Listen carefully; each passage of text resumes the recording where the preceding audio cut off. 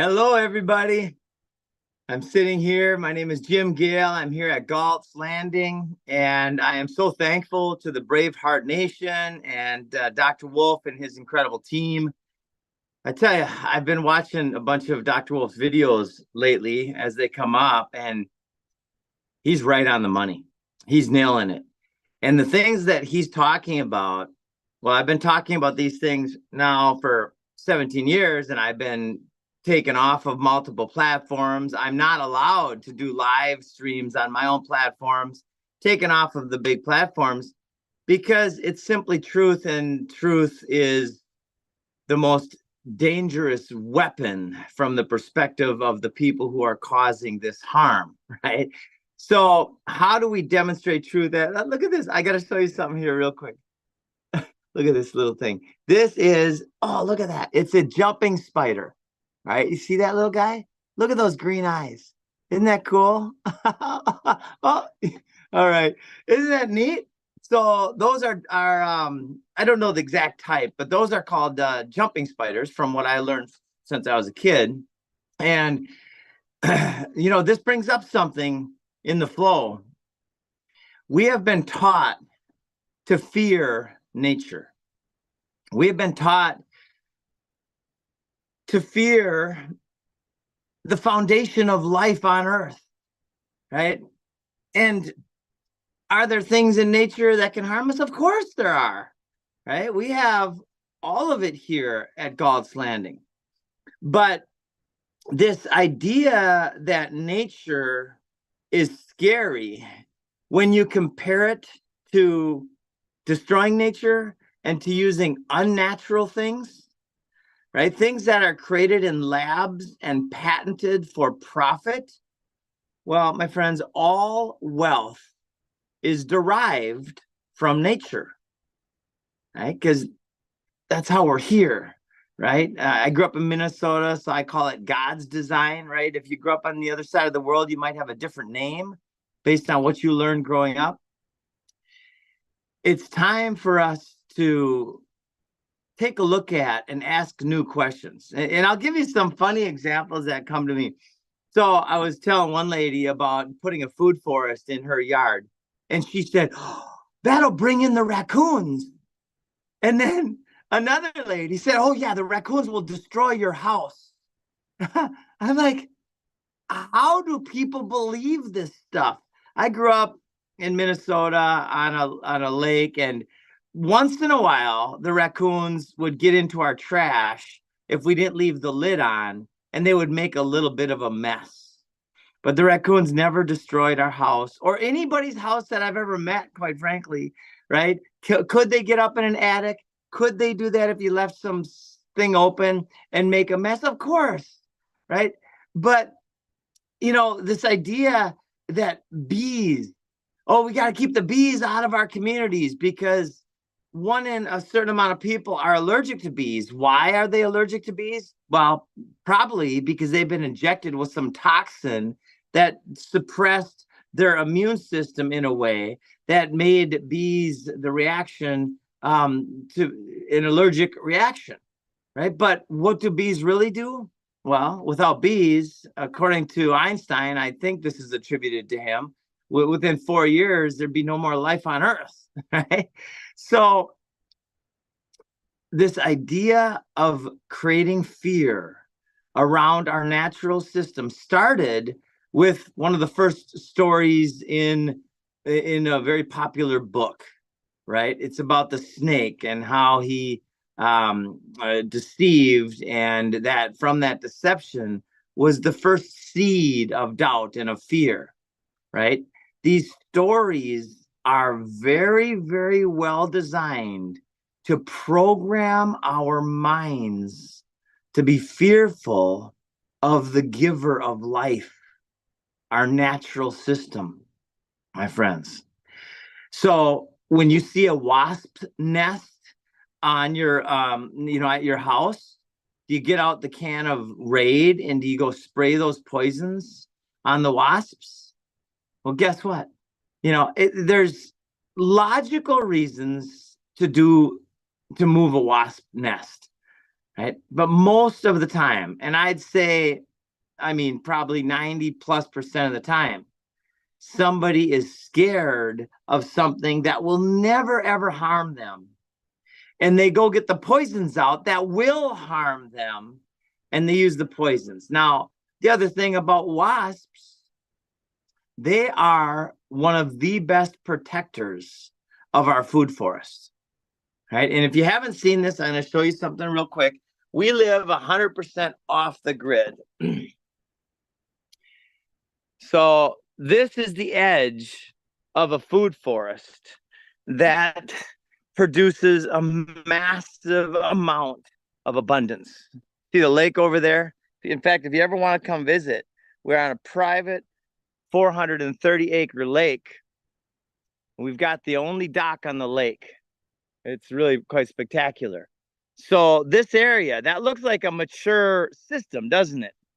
Well, truth is, this has only been in the ground just over less than 2.5 years. There was nothing here but literally sand, just a blank bed of sand. And now this system can produce enough food for multiple families to thrive. We have 250 or now maybe 260 different species of edible and medicinal plants growing throughout this system. And it's less maintenance than a lawn. And we have wasps and bees. In fact, we have beehives. We get so much honey. It's incredible. Beehives. If you are considering putting beehives in your yard, then do it. You'll live longer. And this has been studied over and over. Beekeepers simply live longer because they're around the frequency, the energy, the life that the bees provide, right? So, and if maybe you don't have this much space, maybe you only have a tiny little space like this, right? In this space, you can have 20 or 30 different herbs and spices and a couple trees and maybe some vines, right? This is the answer. The Garden of Eden, a place of epic abundance, is not a utopic fantasy. It's an urgent necessity. And it's so simple and so beautiful and so life-giving. And we have all sorts of different creatures in here. In fact, it is the actual diversity of the system that gives it its strength, right? So how do we catalyze a shift in awareness that leads to mass adoption of taking the poisons out and growing food instead of half of our lawns, right? Which is less maintenance. A lawn is a liability turned now to an asset, right? A lawn is a time and energy expense. When you plant a few fruit trees, or maybe some raspberries, blueberries, blackberries, when you turn your fence into a food fence with grapes and passion fruit and other vining edibles, well, now you turn that liability, that time and energy expense, into a time and energy asset, something that will give you far more energy than it takes to maintain and to create, right? In fact, that's the definition of sustainable, right? What is a sustainable system? It's a system that can sustain itself without input from humans, right? There's always going to be inputs: the wind, the rain, the sunlight, right? These leaves on these trees are the most intricate solar panels. They're infinitely more intricate than the solar panels that I have right here on our roof providing us energy, right? They literally take the sun's energy along with the rain and the minerals in the soil, and they convert that to food. That's epic, my friends, right? AI and the corporations cannot do that, right? I gave a buddy a sweet potato vine. It was maybe 18 inches long or so, and just a skinny vine with 2 leaves on the end. He came back 18 months later, and he had 100 pounds of sweet potatoes, and 20 of his friends were also now growing sweet potatoes off of that one little vine that he took from the property. That's exponential abundance. That's the world that we are meant to live in. And that, my friend, mass adoption of taking the poisons out and growing food instead of lawns is the answer to all of the world's biggest problems. And I'll name them just so you can, because, that sounds like a big claim. Okay, well, what would happen if we turned 25 to 50% of the 50 million acres of lawn in the United States into this type of regenerative agriculture system?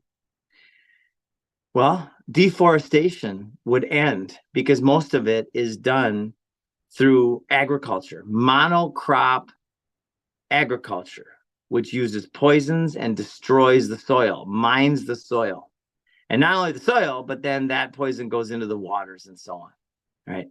So if we turn that lawn into this type of agriculture that can provide exponential abundance with literally way less maintenance than a lawn, perennial plants instead of annual plants. Perennial plants are plants that you plant one time, and they provide more and more and more abundance the more mature they get.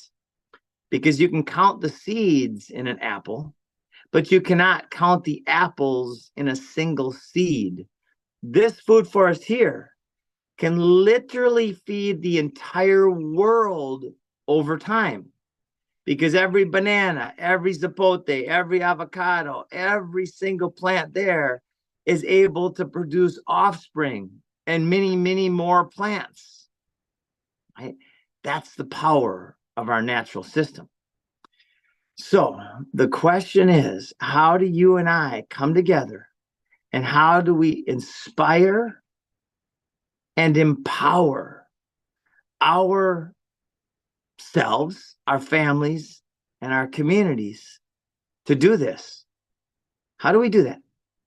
Well, there's multiple layers, and this is what my life's obsession has been now for almost 18 years. When I first learned that the world is controlled by, let's call it, psychopaths, corporations, evil, right? You could name all the different things that are bad in the controllers of this system. And whether those perspectives are directly on or maybe they're a little bit off, all of those narratives, there's one answer to all of them. Taking the poisons out, living with faith and courage, and being self-reliant, growing some of your own food. So you start in your heart. You start in your mind, right? Well, your heart and your stomach. When we rise up our energy and sit with and live with and experience presence and faith and courage, and then when we eat and consume poison-free things that actually nourish us and bring life to us, when we do that, our energy rises and we become enthusiastic again, right? That word, enthusiastic, entheo. It's a beautiful sentiment. It's a beautiful feeling. I was watching a show the other day where they were describing basically consciousness and how to attain presence and peacefulness of mind. And they kept using words around thinking and thoughtfulness. No, that's not how to do it. The path to liberation is not through the mind. It's not through the thinking process. It's through the feeling process. It's through Take a deep breath and feel your stomach. Feel your heartbeat. Feel the vibration, the frequency, the energy in your third eye. And while you're doing this, while you're focusing on the frequency, the energy, the vibration, source, God, while you're doing that, you might get images like I just did. I had flashes of light. While you're breathing in and feeling the space between your ears, right? Because it's in that space, right? Not the concept of space, not the thought of space, not the image of space, but the feeling of space. The feeling is the gateway into presence.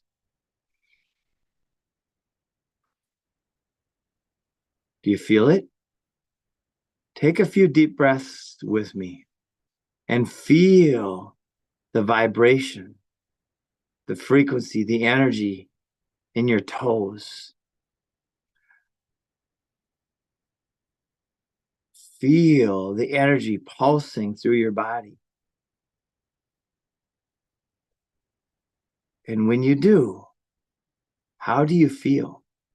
And this is where you might bump up against some trauma, because trauma gets stored in the tissue of the body. Unresolved trauma is literally stored in the tissues of your body, right? And there's a book on this called Molecules of Emotion by the MIT grad Candace Pert, I believe it's her name. And she describes the peer-reviewed studies that showed how emotions, trauma, unresolved can literally get stored and create tightness, right? A lot of times we hold this tightness in our pelvis, in our first and second chakras, if it's related to things that are related to sexuality and so on.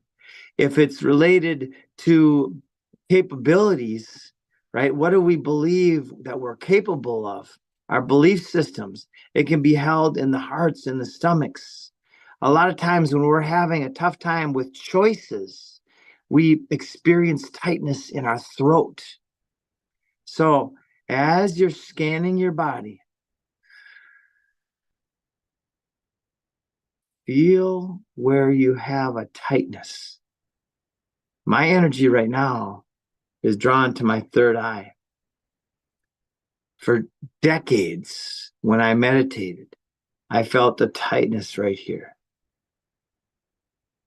And about 4 years ago, when I let go of a major trauma, that tightness opened up. And right now, I just feel this swirl of incredible energy. What do you feel? Right? So take a breath and scan your body. And wherever you feel tightness, go into that tightness. And I'm going to use an NLP, a neuro linguistics technique here, to ask some questions, to have you bring you more clarity on the experience, right? So take a breath, feel, and find that place in your body that you're experiencing, that you're called to, right? A lot of times the experiencer avoids it. How do we avoid it? A lot of times we avoid it with chemicals and pharmaceuticals and habits that are destructive, right? As soon as you go in and this energy field releases, you might get tears, you might get chills, you might get tingles, you might get ridiculous laughter. I've had that happen several times. When all of a sudden I was laughing so hard, it was just epic for minutes at a time. So take a breath, go into that area of tightness, and just relax there. And ask the question, does this area have a visual component, right? Is it red or blue or green or yellow? Is it still or moving, right? Is it big or small in your mind's eye, in your feeling? Does it have a sound? Does it have words? Does it have a voice? Listen to the voice, see the image, feel the vibration. Does it have a smell?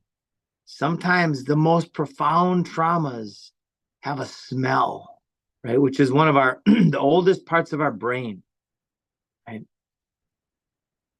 And these are called anchors. A lot of times these anchors keep us stuck somewhere, right? Like an anchor is supposed to do, right?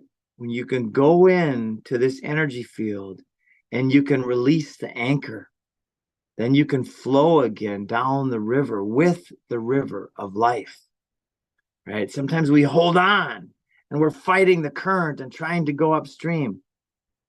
Go in and see the picture. Now, if it's a visual image, take a breath, and if it's very colorful and vivid and moving, then take a breath and imagine putting a frame around the image. Now, if the image is out in front of you, turn the image black and white and move it to the right or left, whichever way helps you feel a little more relaxed, a little more present. Take that image and turn it to glass. Now it's a frame with glass, and the image is all on the glass. Now I want you to grab that image from wherever it is in space and throw it on the ground. That image is now exploded. Now just sweep it into the trash and let it go. Right? That's one technique of neurolinguistics.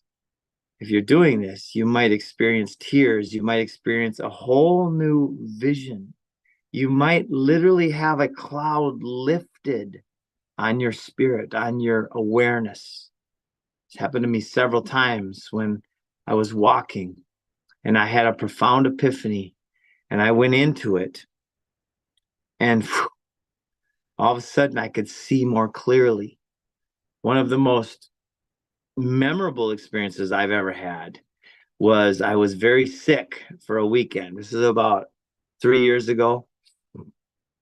And it started out as like 107-degree fever. I could feel the heat just radiating, the sweat. I was drinking a lot of water, and it was a 3-day experience. At the third day, my kidneys and my back, I was writhing in pain. And I've read about these experiences from people like Dr. David Hawkins, who wrote the book Power versus Force. Epic book, by the way, helped me understand people and why they do what they do, energy fields and so on. And anyway, on the third day, I don't go to the hospital. I don't go to the doctor unless if I broke my arm, if I had a mechanical issue, right? Well, in fact, Dr. Wolf I've been to chiropractors and I've been to Dr. Wolf. Those are the only two in the last 25 years, right? And so and do what feels right for you, because if this causes you stress to think about that stress might be more prohibitive. Just be aware of what you're putting in your body. Be aware of the intention of somebody who, if all they do is cut people open and do surgery and put steel rods and pins and bolts and screws in your body, if that's all they do, then they're going to try to sell you on that, right? Well, I'd get another opinion before you do that, or if you know anybody else that's doing that.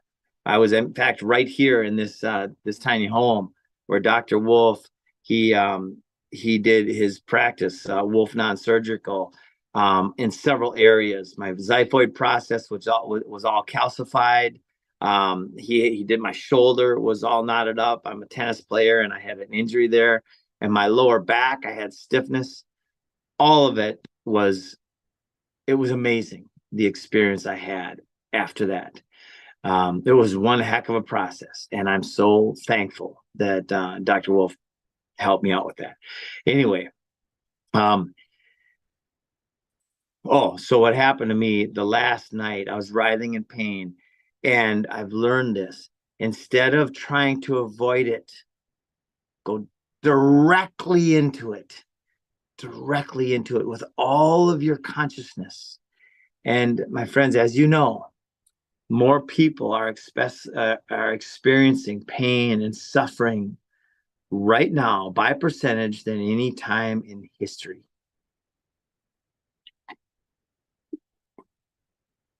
And this is by design. We are experiencing the end of the evil system, the end of the slave system, the end of this time of radical insanity because of the suffering. Suffering gets us to ask new questions. As our egos break down and we ask, why am I failing? Why is this not working? Why can't I have a good relationship with so-and-so? Why is my bank account empty? Why is the government trying to depopulate everybody, right? Why is BlackRock selling poisons? Why are all these blah, blah, blah? Let it all go. You are the answer to all your world's biggest problems. Let all of it go and experience this present, the gift from God in its full glory, no matter where you are. A couple Wednesdays ago, I was invited into the toughest prison, one of the toughest in the United States, definitely the toughest in the state of Tennessee, toughest related to how much crime and suffering that they have. We went into this prison, and what I experienced there was absolutely profound.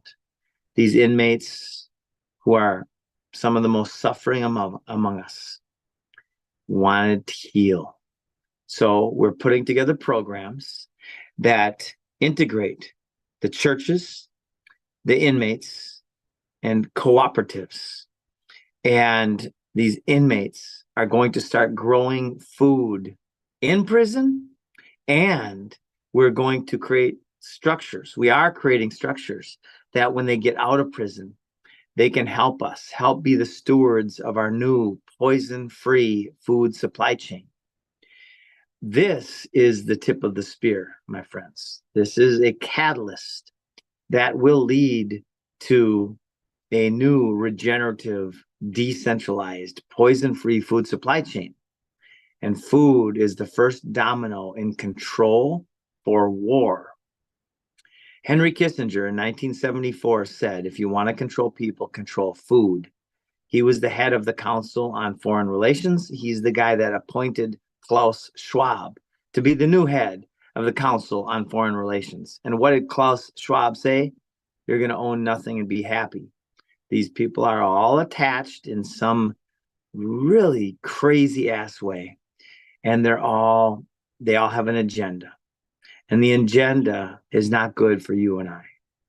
Instead, we must write our own story, right? His story is a lie. It's time to be the authors of our own stories.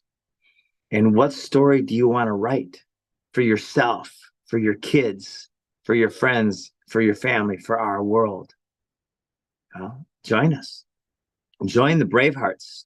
Join us at Food Forest Abundance. If you want to turn your yard, your land, into a Freedom Farm Academy like this, then do it. We can help. If you want to come visit and experience this, right? What I'm suggesting is the end of suffering from all sorts of perspectives. What I'm suggesting is not a hypothetical solution to all of it. It's a demonstratable solution. It's right here. And it's all over the world. There are systems like this all over the world. This is the most censored message in the world, because this, my friends, taking the poisons out, standing together with faith and courage, and using our resources wisely is the idea whose time has come, stronger than all of the armies of the world, right? And by the way, who makes up the armies? People. People who join the army, for the majority, for one purpose. They want to serve. And they have been led to believe that the best way to serve, maybe the best way to get out of the hood, right? Maybe the best way to get out of a suffering relationship or culture is to go join the army. And guess what? It does help some people get out of those situations. These people are wonderful people for the most part. And same with all of the pillars of our world. Same with the medical system. Every nurse that I know went into nursing because they like to care for people. They have unfortunately been deceived, along with the military, along with many of the people that work for government and school systems, and all of these. They have been deceived to believe that these systems are here to support and serve. But as these systems break down, as these folks suffer and realize that what they're doing is not serving and supporting and helping people, then they start asking new questions, just like you and I are doing. We're saying, what the heck is going on? Why are these people so insane? Why are these people saying things that are obviously not good for life on earth? Well, as soon as we start with the faith and courage to ask new questions and really listen and experience and feel for the answers to those questions, well, we experience the apocalypse. Now, I just looked up apocalypse a couple of days ago. The original meaning of the word apocalypse is to lift the veil or to reveal. But now, what have they done? They've changed the meaning of that word to mean basically massive destruction of life on earth. They have switched the meaning to mean death instead of life. Just like the word sustainable, right? ESG, right? It's all a bunch of BS, as you know. So what feels right to you?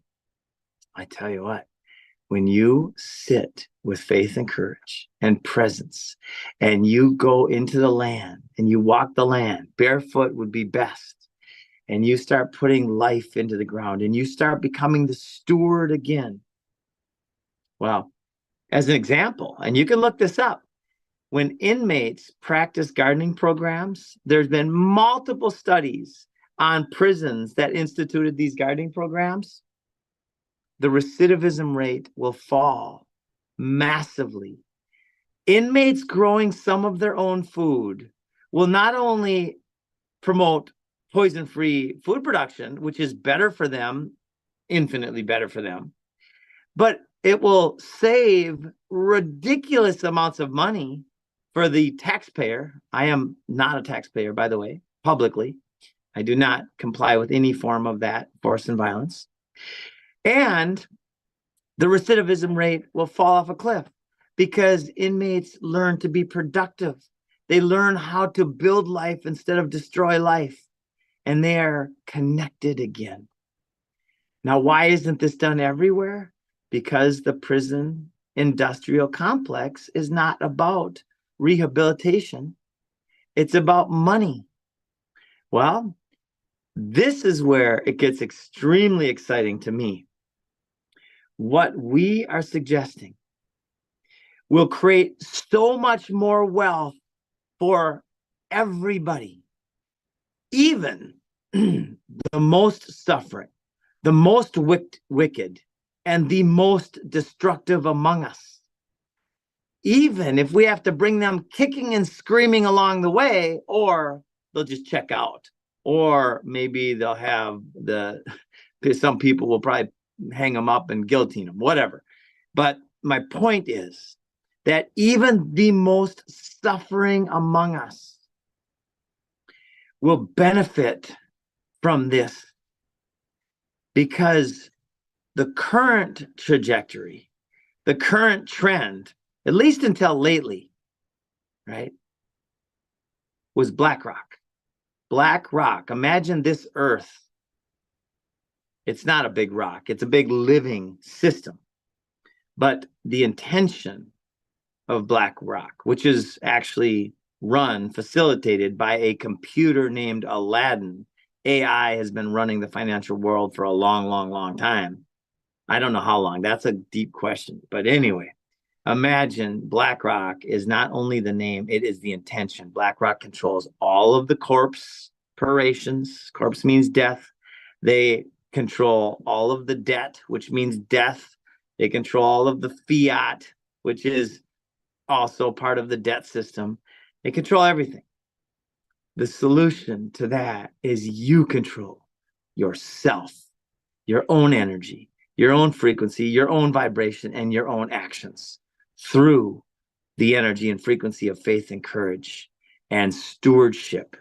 And the next level, where it goes boom, and we win this epic game, is by helping to build community, by serving community. So on Sunday, we have a group of local military and law enforcement coming here. And we are going to do a tour at 5 p.m. In fact, if you know anybody in the Orlando area, now's the time. Get them to Gaunt's Landing on Sunday, 5 p.m. We're going to be touring the land and talking about how to create local, self-reliant food security.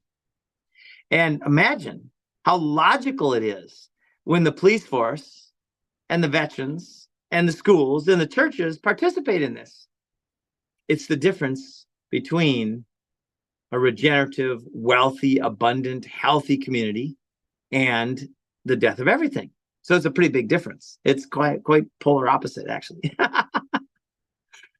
And we're doing it. And we're talking about it to you so you could do it too. And it's so easy, folks. That's the fun part, is I'm talking about a bunch of big-minded concepts and big energy concepts, right? But at the end of the day, just go put some freaking seeds in the ground, right? Go put some sweet potatoes in the ground, or potatoes, or whatever works well in your zone. If you want to know what works well in your zone, go to foodforestabundance.com, and one of our designers would love to chat with you about that. Or just look it up, right? None of this. We have no patents, no NDAs, no non-competes, none of that bullshit. We are here to inspire and empower a shift that leads to mass adoption.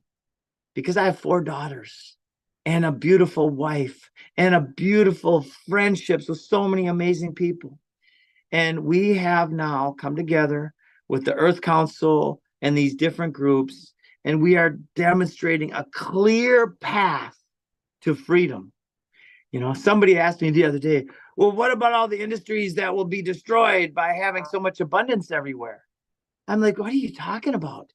The amount of wealth that will be in our community, our global society, will be so exponential that nobody will go hungry again. And when our neighbors are eating, then we have nothing to worry about. There's no crime, or at least it's massively reduced. There's no suffering, or at least it's massively reduced. There's no cancer and diabetes and heart disease. It's massively reduced, my friends. In the next several generations, those of us who make it through this time, right? And a lot of people already are checking out because it's pretty traumatic. If you look at the problems every day, if you spend your time doom scrolling and looking at all the crazy shit, and once in a while I see something new and I'm like, oh my God, how are we going to overcome the self-assembling nanotechnology that is now converting our RNA, our freaking foundation of life, our DNA blueprint? How are we going to overcome that? Well, guess what? There's a way, right? And it's nature. It's God's design.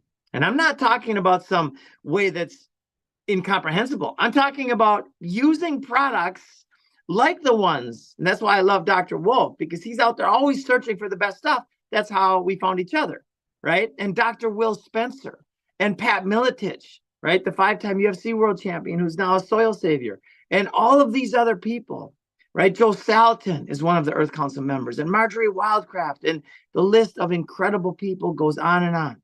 Do you have a solution? Do you want to be part of the transition from slavery to freedom, from unsustainable to regenerative, from death to life? If you want to be part of this movement, then just get a hold of us. Well, you're already a hold of us. You're already here. So now we will help each other take the necessary steps, right? The other day, my buddy Corey Andrelot and we went into the community. I had a bunch of sweet potato vines.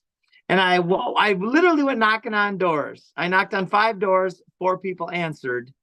And it was a Sunday afternoon. And all of those 4 people, after they first looked at me like, what the hell are you doing here? Right? They were like, oh my God, this is awesome. Yes, I would love those sweet potatoes. Thank you so much. It was so beautiful. Right? One guy who was probably the most adverse to me being there at first ended up hugging me and doing a video with us afterwards, right? I then went and grabbed a bunch more sweet potato starts, and I went to my school where I pick up my daughter. And I had buckets of them. And I said, hey, who wants sweet potatoes? And I gave a 30-second speech. I said, these sweet potatoes over a year can produce you a ton of food, right? They can produce you a lot of food, right? And 9 out of 10 of the parents that were in that line grabbed the sweet potato starts. And now, whenever I go pick up my daughter, I get updates. Every one of them is coming up. Guess what? The sweet potatoes are growing, right? It's just epic, my friends. So the joy of being part of this process, if that's the only reason you do it, it's a good enough reason, right? So my friends, have a great day. Come visit us. If you want to visit us here in Central Florida, it's galtslanding.farm. GALTS landing.farm. If you want to be part of our movement and grow your own food, to design your landscape, whether it's a 1/10 of an acre backyard or a country, right? We have the designers, the process, all the details to design your yard to be massively productive and far less maintenance than your current ornamental landscape. And that's foodforestabundance.com, foodforestabundance.com. And we'll respond immediately. So if we don't, get a hold of us through here. My name is Jim Gale, Galt's Landing. I'm easy to get a hold of. Have a great day, everybody.